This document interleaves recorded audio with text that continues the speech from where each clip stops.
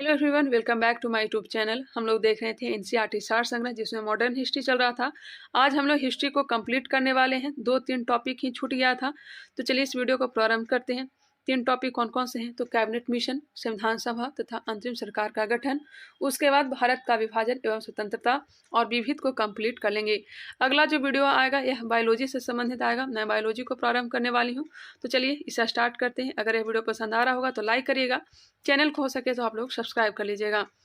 First number question आज की इस वीडियो का, ब्रिटिश प्रधानमंत्री एटली जो कि लेबर पार्टी से संबंधित थे द्वारा भारतीय नेताओं से बातचीत के लिए किस संसदीय दल का गठन किया गया?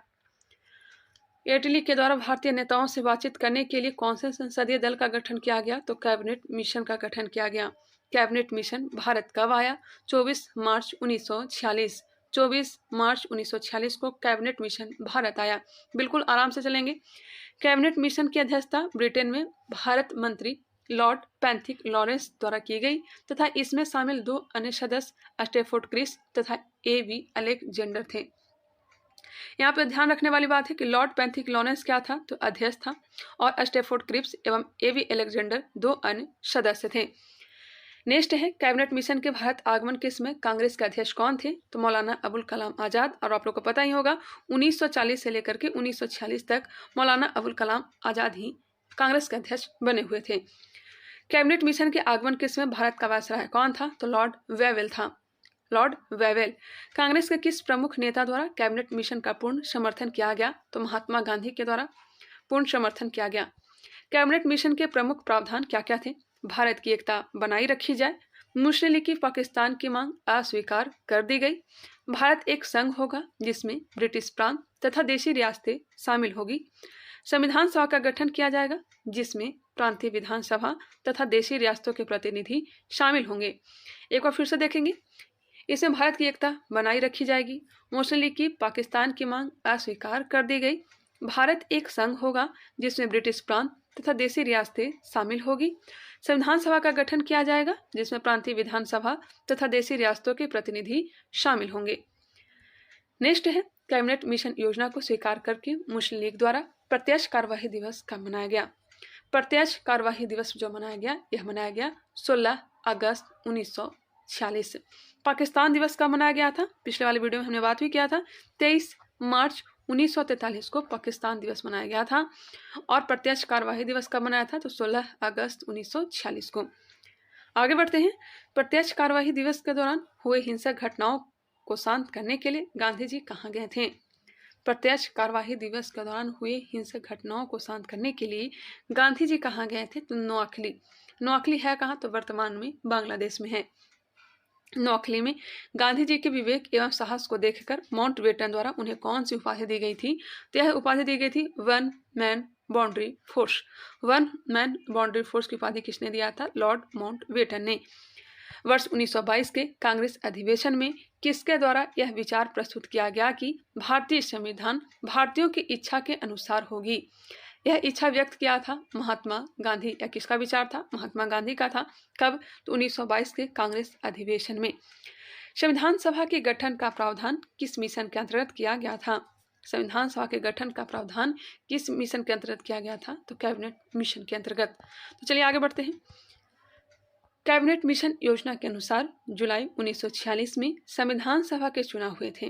कैबिनेट मिशन योजना के अनुसार जुलाई 1946 में संविधान सभा के चुनाव हुए थे, जिनमें प्रांतों के लिए 296 सदस्यों के लिए ही ये चुनाव हुए। कांग्रेस के 208, मुस्लिम लीग के 73, 15 अन्य दलों और स्वतंत्र उम्मीदवार निर्वाचित हुए। एक बार फिर से गौर करेंगे। कैबिनेट मिशन योजना के अनुसार जुलाई 1946 में संविधान सभा के चुनाव हुए, जिनमें प्रांतों के लिए 296 सदस्यों के लिए ही ये चुनाव हुए। कांग्रेस के 208, मुस्लिम लीग के 73 और 15 अन्य दलों और स्वतंत्र उम्मीदवार निर्वाचित हुए। संविधान सभा का पहला सत्र कब आयोजित किया गया? पहला सत्र आयोजित किया गया 9 दिसंबर 1946।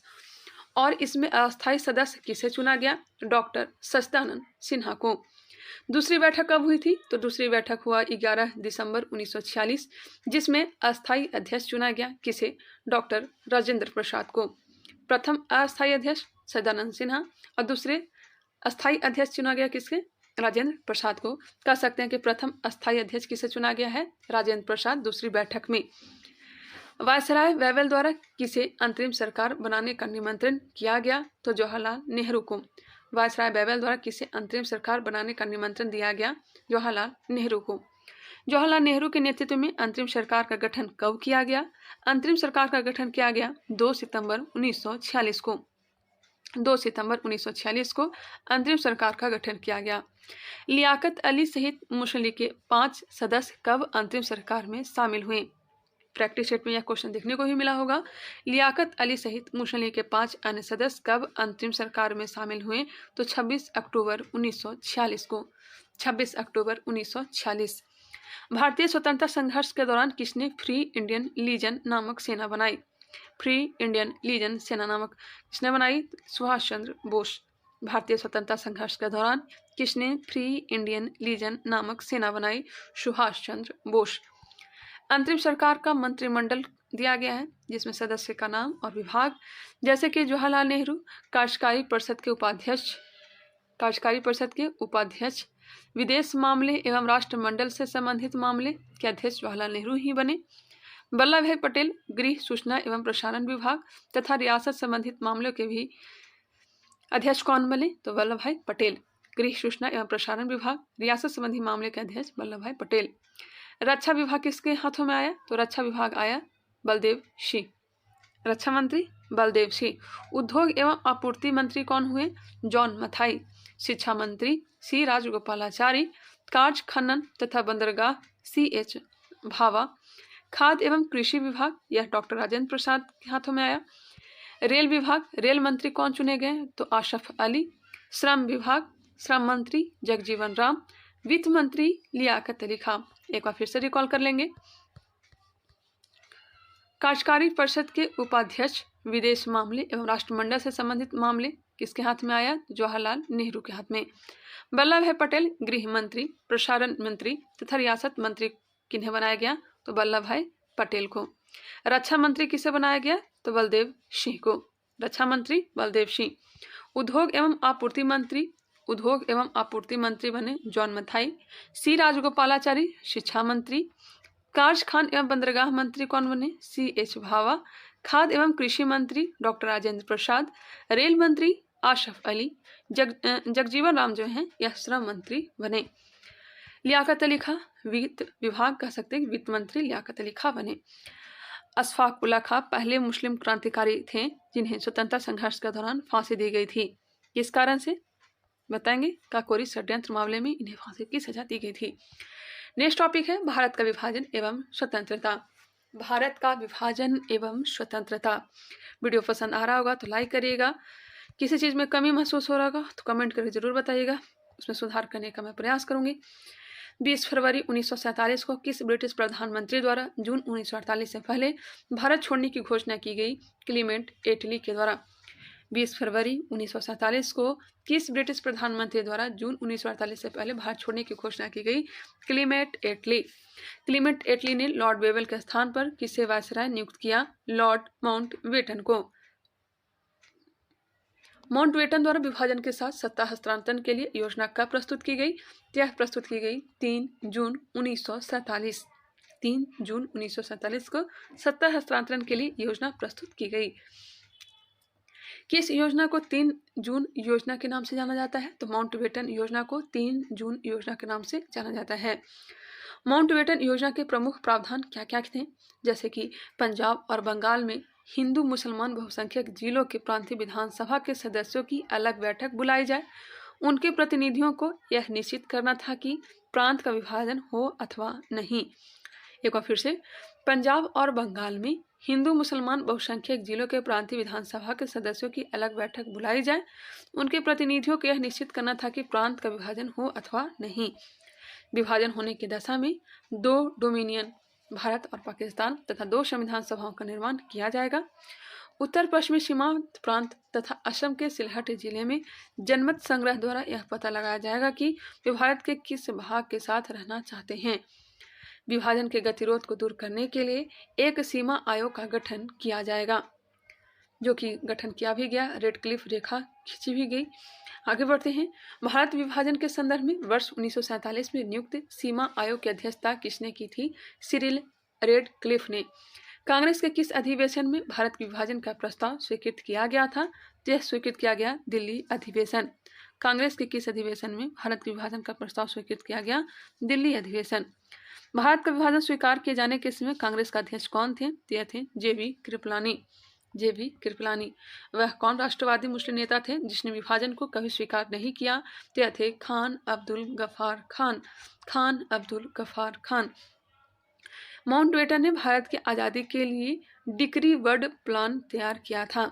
माउंटबेटन ने भारत की आज़ादी के लिए डिक्री वर्ड प्लान तैयार किया था, जिसे नेहरू ने यह कहते हुए अस्वीकार कर दिया था कि यह योजना भारत के बाल्कनीकरण को आमंत्रित करेगी, इसलिए इस योजना को बाल्कन प्लान भी कहा जाता है।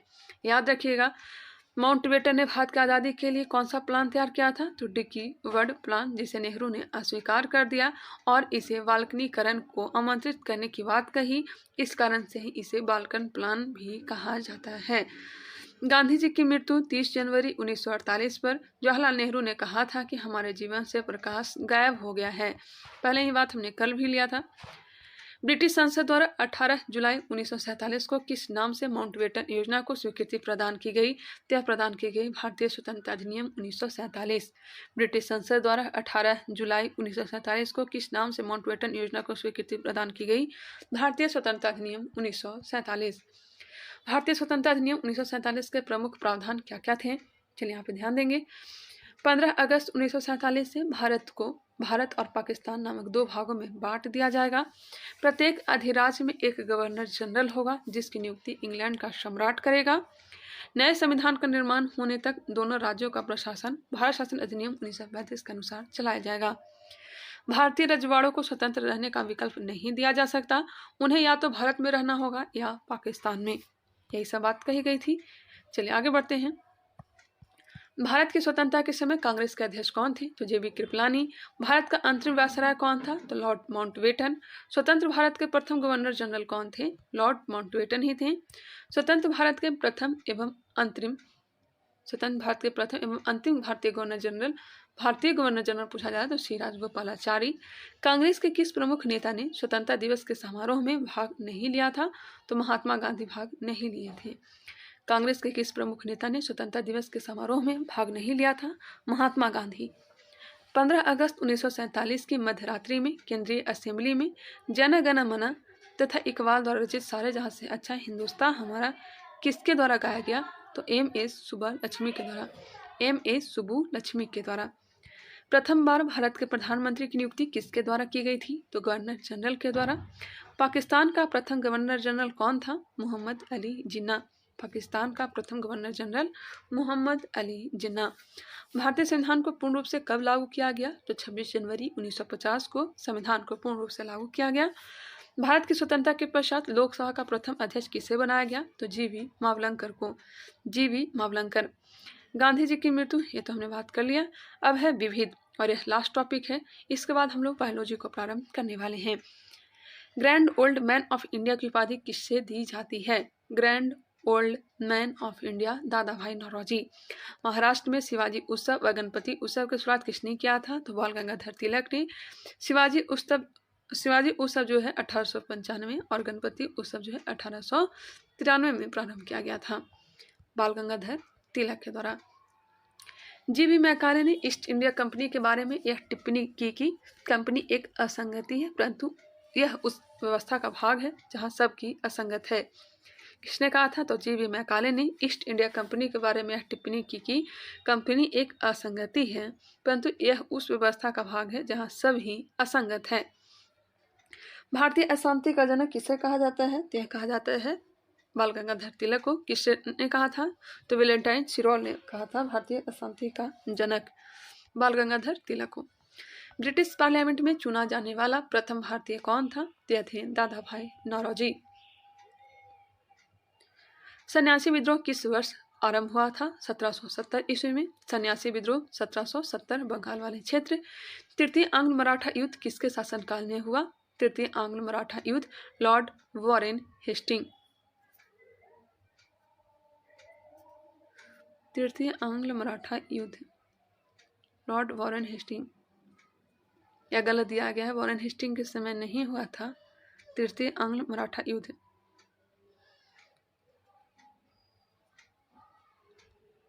तृतीय आंग्ल मराठा युद्ध जो हुआ था लॉर्ड हेस्टिंग के समय, ना कि वॉरेन हेस्टिंग के समय, 1817 से 18 के बीच में चला था। ध्यान रखिएगा आप लोग। गांधी जी के दांडी मार्च से प्रेरित होकर किस नेता ने केरल में एक मार्च निकाला था? यह निकाला था के कलप्पन, कालीकट से पोयानूर। गांधी जी के दांडी मार्च से प्रेरित होकर किस नेता ने केरल में एक मार्च निकाला था? के कलप्पन, कालीकट से पोयानूर तक। सर्वोदय शब्द का प्रथम बार प्रयोग किसने किया था? तो महात्मा गांधी ने। दूसरे शब्द ने अवज्ञा आंदोलन की अवधि क्या थी? तो जनवरी 1932 से अप्रैल 1934 तक। अध्यक्षीय संबोधन के समय किस कांग्रेस अध्यक्ष ने हिंदी भाषा के लिए रोमन लिपि लागू करने की वकालत की थी? यह वकालत की थी सुभाष चंद्र बोस। अध्यक्षीय संबोधन के समय किस कांग्रेस अध्यक्ष ने हिंदी भाषा के लिए रोमन लिपि लागू करने की वकालत की थी? सुभाष चंद्र बोस। द्वितीय विश्व युद्ध कब समाप्त हुआ था? वर्ष 1945 में। मध्यकालीन विद्वानों या लेखकों में कौन जैन धर्म का अनुयायी था? जैन धर्म का अनुयायी कौन था? हेमचंद्र सूरी। द्वितीय विश्व युद्ध के समय ब्रिटेन का प्रधानमंत्री कौन था? Winston Churchill. बंगाल में हुए स्वदेशी आंदोलन का समर्थन किसने किया था? अरविंद घोष ने। भारत की स्वतंत्रता प्राप्ति के बाद किसने सुझाव दिया था कि भारतीय राष्ट्रीय कांग्रेस को समाप्त कर दिया जाए? यह सुझाव दिया था महात्मा गांधी ने। विभाजन करो और छोड़ो का नारा किसने दिया था? विभाजन करो और छोड़ो का नारा दिया था मुस्लिम लीग ने। मुस्लिम लीग ने विभाजन करो और छोड़ो का नारा किसने दिया? मुस्लिम लीग ने। द्वितीय विश्व युद्ध के संबंध में भारतीय राष्ट्रीय कांग्रेस की क्या नीति थी? द्वितीय विश्व युद्ध के संबंध में भारतीय राष्ट्रीय कांग्रेस की क्या नीति थी? पूर्ण स्वतंत्रता का आश्वासन मिलने पर ब्रिटेन का सहयोग। ऑपरेशन पोलो किस देशी रियासत को भारत में विलय करने के लिए चलाया गया? तो हैदराबाद रियासत। स्वतंत्र भारत में प्रथम गैर कांग्रेसी प्रधानमंत्री कौन था? तो मोरारजी देसाई। रविन्द्रनाथ टैगोर की उनकी रचना गीतांजलि के लिए किस वर्ष नोबेल पुरस्कार से सम्मानित किया गया? नोबेल पुरस्कार रविन्द्रनाथ टैगोर को दिया गया गीतांजलि के लिए 1913 में। रविन्द्रनाथ टैगोर को महान प्रहरी की संज्ञा किसने दी थी? यह दी थी महात्मा गांधी ने। रविन्द्रनाथ टैगोर को महान प्रहरी की संज्ञा किसने दी? महात्मा गांधी। ब्रिटिश काल के दौरान पड़े किस अकाल को प्रकोप का समुद्र मतलब सी ऑफ कैलमिटी कहा जाता है? तो यह कहा गया उड़ीसा का अकाल काल को। अकाल कब पड़ा था उड़ीसा में? 1866। ब्रिटिश काल के दौरान पड़े किस अकाल को प्रकोप का समुद्र कहा जाता है? उड़ीसा का अकाल 1866। गुट निरपेक्षता नीति का प्रतिपादन किसके द्वारा किया गया था? गुट निरपेक्षता नीति जवाहरलाल नेहरू। भारत के प्रथम प्रधानमंत्री जवाहरलाल नेहरू के जीवनीकार कौन थे? तो फ्रैंक मोरिस थे। जवाहरलाल नेहरू के जीवनीकार कौन थे? Frank Moraes. Gokhale my political guru. Gokhale my political गुरु नामक पुस्तक की रचना किसने की थी? महात्मा गांधी ने। गोखले मेरे राजनीतिक गुरु महात्मा गांधी। भारतीय राष्ट्रीय कांग्रेस के सरकारी इतिहासकार कौन थे? पटाभी सीतारामैया।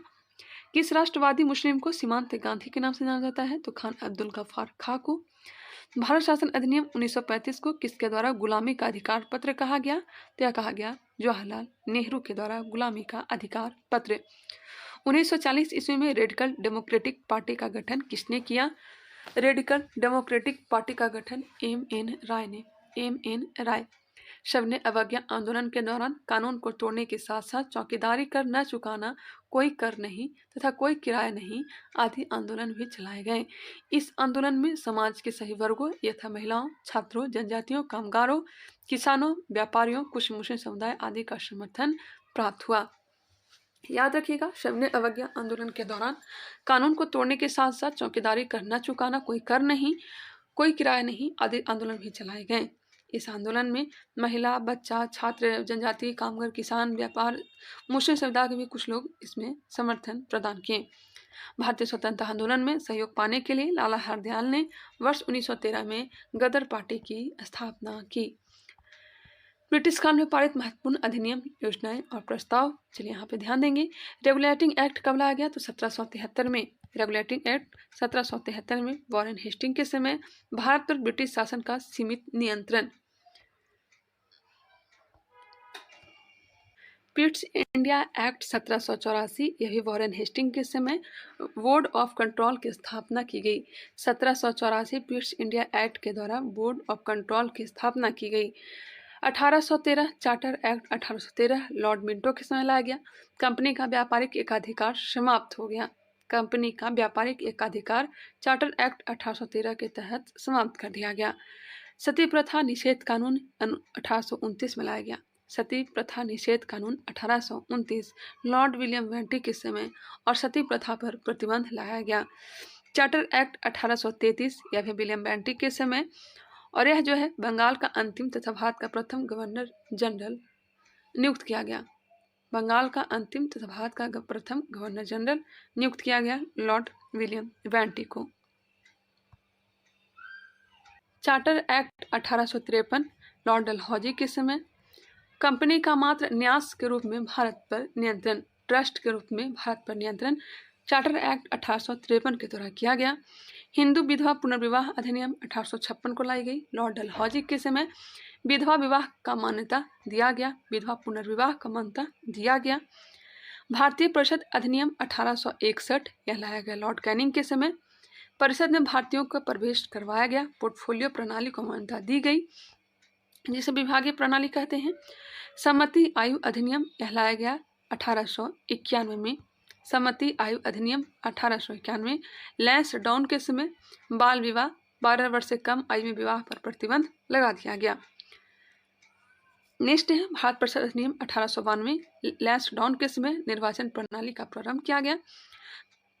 मिंटो मार्ले अधिनियम 1909 लॉर्ड मिंटो के समय पृथक निर्वाचन क्षेत्रों की व्यवस्था की गई। मॉन्टेग्यू चेम्सफोर्ड अधिनियम 1919 लॉर्ड चेम्सफोर्ड के समय प्रांतों में द्वैध शासन प्रारंभ किया गया।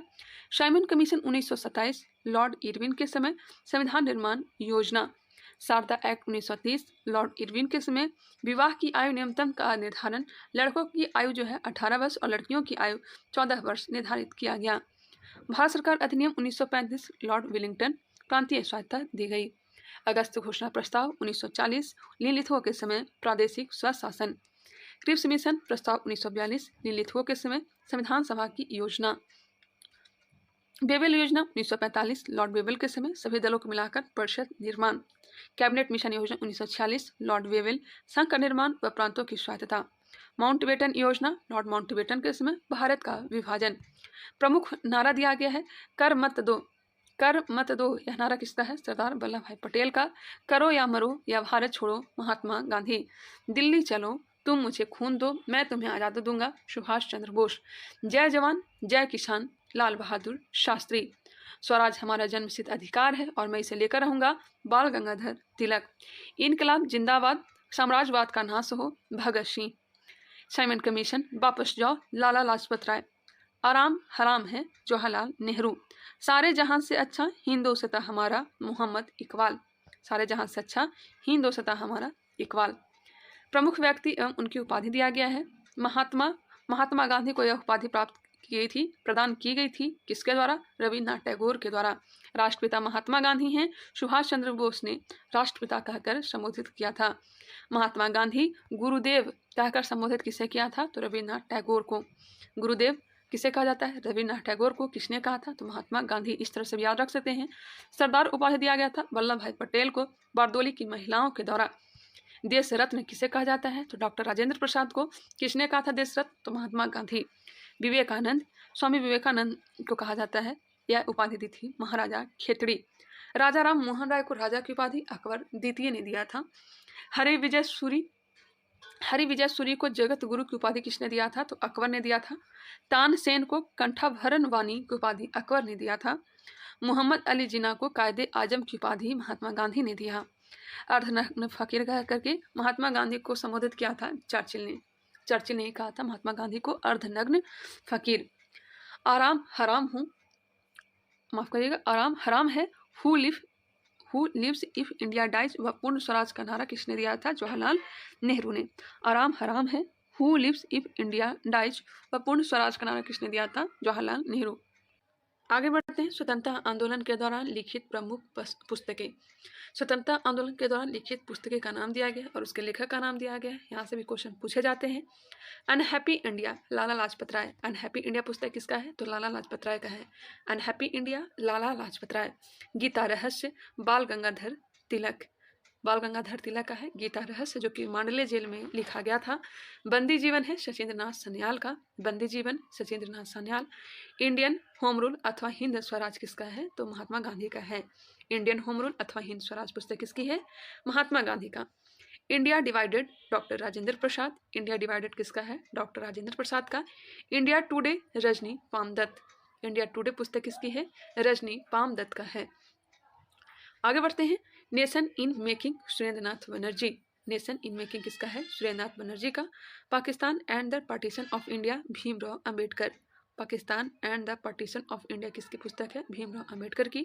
The philosophy of the bomb, Bhagwati Charan Vohra. The philosophy of a bomb किसका है? भगवती चरण बोहरा का है। माई एक्सपेरिमेंट विथ ट्रूथ किसका है? महात्मा गांधी का। My experiment with truth, Mahatma Gandhi. Satyarth Prakash, Dayanand Saraswati. Satyarth Prakash, Dayanand Saraswati. Indian struggle, Subhash Chandra Bose. Poverty and British rule in India, Dadabhai Naoroji. India struggle किसका है? सुभाष चंद्र बोस का है। Satyarth Prakash, Dayanand Saraswati. Poverty and British rule in India, Dadabhai Naoroji. आनंद मठ पुस्तक किसका है? बंकिम चंद्र चटर्जी का। India wins freedom, Maulana Abul Kalam आजाद।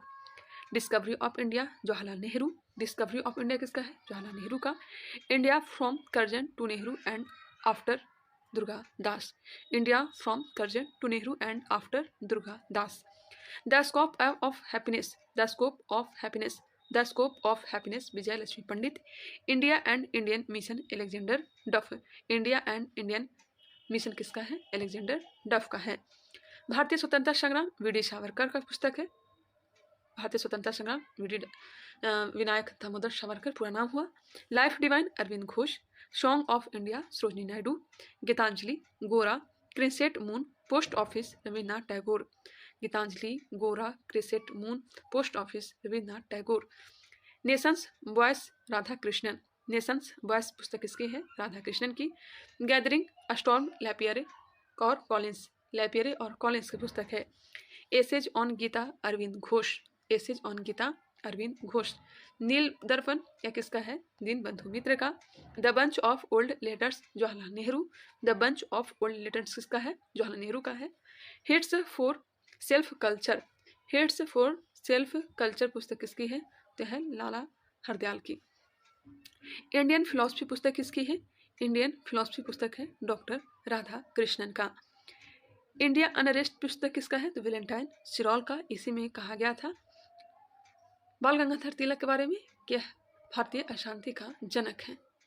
आगे बढ़ते हैं। India a nation, Annie Besant. India a nation पुस्तक किसकी है? एनी बेसेंट का। Economic history of India, R C Dutt. Indian renaissance, C F Andrews. The riddles of Hinduism, Bhimrao Ambedkar. The riddles of Hinduism किसका है? भीमराव अंबेडकर का है। Indian diary, S Montagu. Commentaries on the Quran, sir Syed Ahmad Khan. Commentaries on Quran किसका है? Sir Syed Ahmad Khan का है। चलिए आगे बढ़ते हैं। नेक्स्ट है युद्ध, वर्ष और संधि। प्रथम कर्नाटक युद्ध 1746 से 48 के बीच और एला सापला की संधि के तहत समाप्त हुआ था। जब युद्ध जब समाप्त होता था तभी संधि होती थी। तो ये डेट याद रखने की कोई ज़रूरत नहीं है, बस याद रखा करिएगा कि प्रथम कर्नाटक युद्ध जो हुआ था 1746 से 48 तक चला था और 48 में ही प्रथम कर्नाटक युद्ध समाप्त हुआ था। तो एला सापला की संधि जो हुई थी यह 48 में ही हुई थी। ठीक है, तो ये डेट अलग से याद रखने की कोनो जरूरत नहीं। द्वितीय कर्नाटक युद्ध 1749 से 1754, पांडिचेरी की संधि के तहत 1754 में यह संधि हुई थी। तृतीय कर्नाटक युद्ध 1758 से लेकर के 1763 या फिर कहीं कहीं 1756 से 63 दिया रहता है। पेरिस की संधि 1763। प्रथम आंग्ल मैसूर युद्ध 1767 से 69, मद्रास की संधि के तहत समाप्त हुआ था। प्रथम आंग्ल मराठा युद्ध 1775 से 82, पुरंदर की संधि जो कि 1776 में हुआ था, और बड़गांव की संधि 1779 ईस्वी में हुआ था, और सालाबाई की संधि 1782 में हुआ था। पुरंदर की संधि 1776, बड़गांव की संधि 1779, सालाबाई की संधि 1782। क्लियर। द्वितीय आंग्ल मैसूर युद्ध 1780 से 84 के बीच तक चला। मंगलौर की संधि के तहत यह युद्ध समाप्त हुआ। 1784 में मंगलौर की संधि हुई। तृतीय आंग्ल मैसूर युद्ध 1790 से 92, श्रीरंगपट्टनम की संधि के तहत 1792 में यह समाप्त हुई थी। चतुर्थ आंग्ल मैसूर युद्ध 1799। मैसूर पर ब्रिटिश का नियंत्रण हो चुका था, जिसमें टीपू सुल्तान की हार हुई थी और मृत्यु प्राप्त हुआ था। द्वितीय आंग्ल मराठा युद्ध 1803 से 1805। इसमें देवगांव व सुरजी अंजनगांव की संधि की गई थी 1803 में। राजपुर घाट की संधि 1805 में हुआ था। 1803 में देवगांव व सुरजी अंजनगांव की संधि, राजपुर घाट की संधि 1805 में हुआ था। आंग्ल नेपाल युद्ध 1814 से 16 सुंगौली की संधि के तहत समाप्त हुआ था 1816 में। सुंगौली की संधि कब हुआ था? 1816। तृतीय आंग्ल मराठा युद्ध 1816 से 19 और पूना की संधि के तहत यह समाप्त हुआ था। प्रथम आंग्ल बर्मा युद्ध 1824 से 26 यादव की संधि जो कि 1826 में हुई थी। प्रथम आंग्ल सिख युद्ध 1845 से 46 लाहौर की संधि व भैरोवाल की संधि जो कि 1846 में हुआ था, इसी संधि के तहत यह समाप्त हुआ था। 1848 से 49 द्वितीय आंग्ल सिख युद्ध 1849 में पंजाब का विलय कर लिया गया था। एक बार फिर से आप लोग देखना चाहें तो देख सकते हैं। फिलहाल मैं आगे बढ़ती हूँ, अगर स्क्रीनशॉट लेना चाहें तो ले सकते हैं। प्रथम आंग्ल अफगान युद्ध 1839 से 42 लॉर्ड ऑकलैंड तथा द्वितीय आंग्ल मराठा माफ करिएगा प्रथम आंग्ल अफगान युद्ध 1839 से 42 लॉर्ड ऑकलैंड के समय, वही द्वितीय आंग्ल अफगान युद्ध 1878 से 80 लॉर्ड लिटन के समय हुआ था। बंगाल तथा भारत के गवर्नर जनरल और वायसराय रॉबर्ट क्लाइव 1757 से 60, 1765 से 67। प्लासी का युद्ध 1757 में इसी के समय बंगाल में द्वैत शासन लागू किया था। इलाहाबाद की प्रथम व द्वितीय संधि रॉबर्ट क्लाइव ने ही किया था। उसके बाद हेनरी वेस्टॉट और इसका कार्यकाल है 1760 से लेकर के 65 और हेनरी वेस्टॉट के समय ही बक्सर का युद्ध हुआ था 1764 में। नेक्स्ट है हैरी वेलिस्ट। हैरी वेलिस्ट का कार्यकाल है 1767 से लेकर 1769। द्वैत शासन के समय बंगाल का गवर्नर कौन था? हैरी वेलिस्ट था। जॉन कार्टियर 1769 से 1772 प्रथम आंग्ल मैसूर युद्ध जो हुआ था जॉन कार्टियर के समय में ही। वॉरेन हेस्टिंग 1772 से 74 बंगाल का अंतिम गवर्नर जनरल सिर्फ बंगाल से द्वैत शासन को समाप्त किया तथा प्रथम मदरसे की स्थापना वॉरेन हेस्टिंग ने की। बंगाल के प्रथम गवर्नर जनरल वॉरेन हेस्टिंग ही बना 1784 से 1785। बंगाल का प्रथम गवर्नर जनरल रेगुलेटरी एक्ट 1773 ईस्वी के समय, प्रथम मराठा युद्ध ईस्वी के समय, द्वितीय आंग्ल मैसूर युद्ध ईस्वी के समय, इजारेदारी प्रथा का आरंभ भी इसी के समय हुआ था वॉरेन हेस्टिंग के समय। उसके बाद लॉर्ड कॉर्नवालिस 1786 से 93 और थोड़ा छोटा सा काल था 1805। तो 1786 से 93 के बीच इसका कार्यकाल रहा लॉर्ड कॉर्नवालिस का। तृतीय आंग्ल मैसूर युद्ध जो कि 1790 से 92 तक चला था लॉर्ड कॉर्नवालिस के समय। बंगाल प्रांत अस्थायी बंदोबस्त लागू किया गया था 1793 में। अस्थायी बंदोबस्त बंगाल वाले क्षेत्र में लागू किया गया था। बंगाल, बिहार, उड़ीसा इस वाले क्षेत्र में शक्ति के पृथक्करण का सिद्धांत लागू किया लॉर्ड कॉर्नवालिस ने। सर जॉन सोल 1793 से 98, चार्टर अधिनियम 1793 और अहस्तक्षेप की नीति किसने अपनाई? सर जॉन सोर ने। अहस्तक्षेप की नीति किसने अपनाई? सर जॉन सोर। लॉर्ड वेलेजली 1798 से 1805 सहायक संधि की नीति इसी के समय लाया गया 1798 में। चौथा आंग्ल मैसूर युद्ध जो कि 1799 में हुआ था, चौथा आंग्ल मैसूर युद्ध। द्वितीय आंग्ल मराठा युद्ध जो कि 1803 से लेकर के 1805 तक चला था। वर्ष 1799 प्रेस पर सेंसर लगाया। कलकत्ता में फोर्ट विलियम कॉलेज की स्थापना भी लॉर्ड वेलेस्ली ने ही की थी। फोर्ट विलियम कॉलेज की स्थापना कलकत्ता में 1801 में किसने किया था? Lord Wellesley. सर जॉर्ज वार्लो इसका कार्यकाल है 1805 से 1807। रियासतों में हस्तक्षेप की नीति का समर्थन किया। लॉर्ड मिंटो प्रथम 1807 से 1813 इसी के समय अमृतसर की संधि 1809 में अंग्रेज और किसने किया था? राजा रंजीत सिंह। लॉर्ड हेस्टिंग 1813 से 1823 आंग्ल नेपाल युद्ध, तृतीय आंग्ल मराठा युद्ध तथा रैयतवाड़ी व्यवस्था जो कि 1820 और महालवाड़ी व्यवस्था 1822 में लागू हुआ। लॉर्ड एमहर्स्ट इसका कार्यकाल 1823 से 28। प्रथम आंग्ल बर्मा युद्ध जो हुआ था लॉर्ड एमहर्स्ट के समय ही, और बैरकपुर छावनी में विद्रोह जो हुआ था 1824 में लॉर्ड एमहर्स्ट के समय।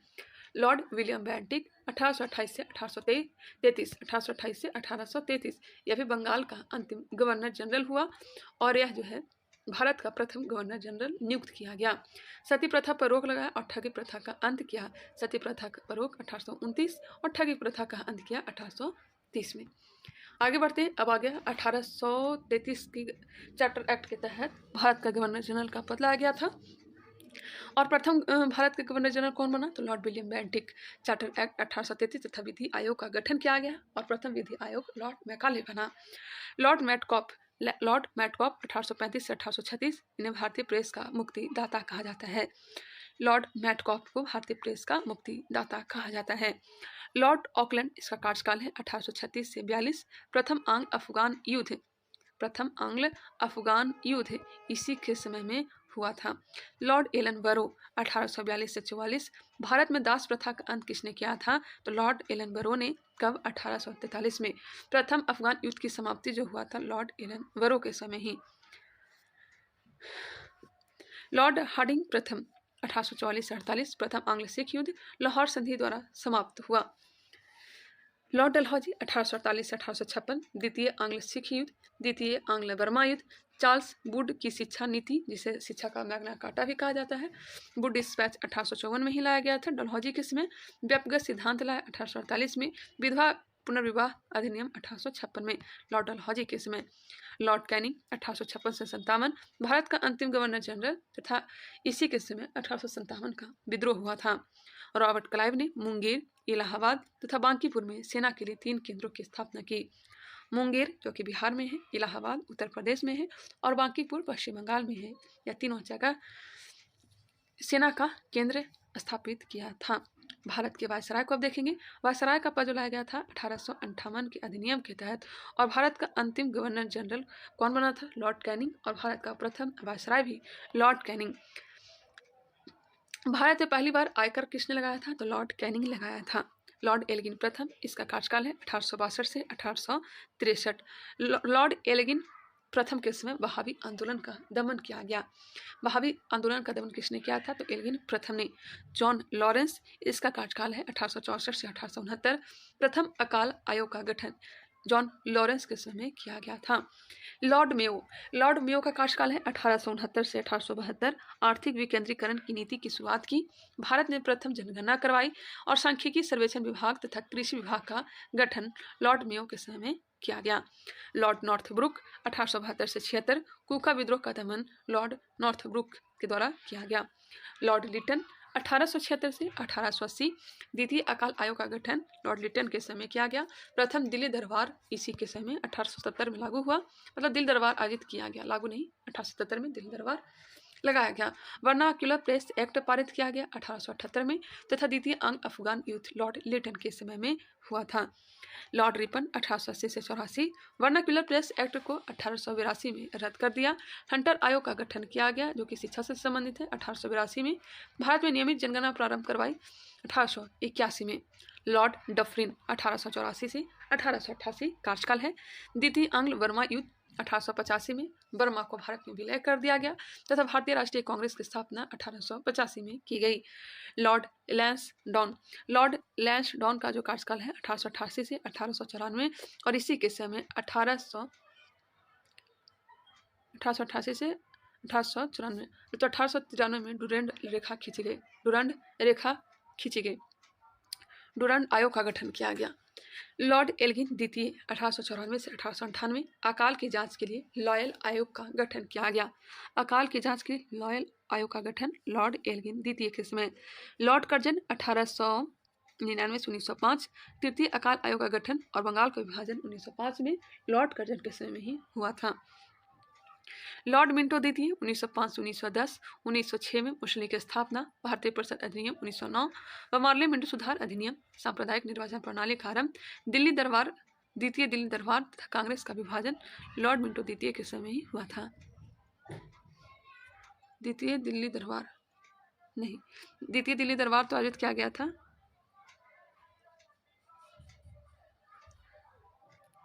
द्वितीय दिल्ली दरबार इसी के समय लागू नहीं हुआ था। द्वितीय दिल्ली दरबार जो हुआ था लॉर्ड कर्जन के समय। कांग्रेस का विभाजन इसी के समय हुआ था 1907 में। लॉर्ड हार्डिंग द्वितीय, बंगाल विभाजन रद्द।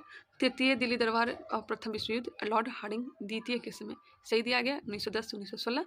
लॉर्ड चेम्सफोर्ड 1916 से 1921, होम रूल लीग की स्थापना 1916 में की गई। भारत शासन अधिनियम 1919 लाया गया और मॉन्टेग्यू चेम्सफोर्ड सुधार, रॉलेट एक्ट, जलियांवाला हत्याकांड, प्रांतों में द्वैध शासन आरंभ, असहयोग आंदोलन की शुरुआत की गई। लॉर्ड रीडिंग 1921 1926 चौरी चौरा की घटना कब हुई थी? फरवरी 1922 में। काकोरी ट्रेन डकैती 1905 में। 1925 9 अगस्त 1925 को काकोरी ट्रेन डकैती लॉर्ड रीडिंग के समय ही। और स्वराज पार्टी की स्थापना 1923 में की गई थी लॉर्ड रीडिंग के समय। उसके बाद लॉर्ड इरविन वायसराय बना था। 1926 1931 साइमन कमीशन का भारत आना, पूर्ण स्वराज का प्रस्ताव पारित, सविनय अवज्ञा आंदोलन प्रारंभ, प्रथम गोलमेज सम्मेलन तथा गांधी इरविन समझौता इरविन के समय में हुआ था। नेक्स्ट है लॉर्ड वेलिंगटन 1931 से 1936 द्वितीय व तृतीय गोलमेज सम्मेलन, सांप्रदायिक पंचायत तथा अखिल भारतीय किसान सभा की स्थापना 1936 में लॉर्ड वेलिंगटन के समय। लॉर्ड लिन लिथगो 1936 से 1944 पृथक पाकिस्तान की मांग, कृषि मिशन तथा भारत छोड़ो आंदोलन। लॉर्ड वेवेल 1944-1947 वेवेल योजना व शिमला सम्मेलन तथा भारत को स्वतंत्र करने की घोषणा। लॉर्ड माउंटबेटन 1947 से 1948 जून 1947 से 1948 तक अंतिम ब्रिटिश वायसराय तथा स्वतंत्र भारत के प्रथम गवर्नर जनरल।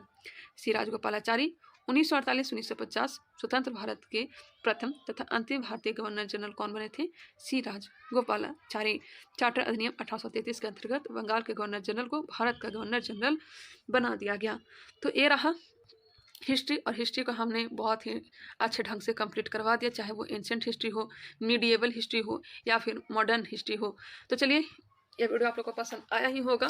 अब हम लोग एक साइंस का पार्ट उठा लेते हैं, बायोलॉजी को, और बायोलॉजी को भी कंप्लीट करते हुए चलते हैं।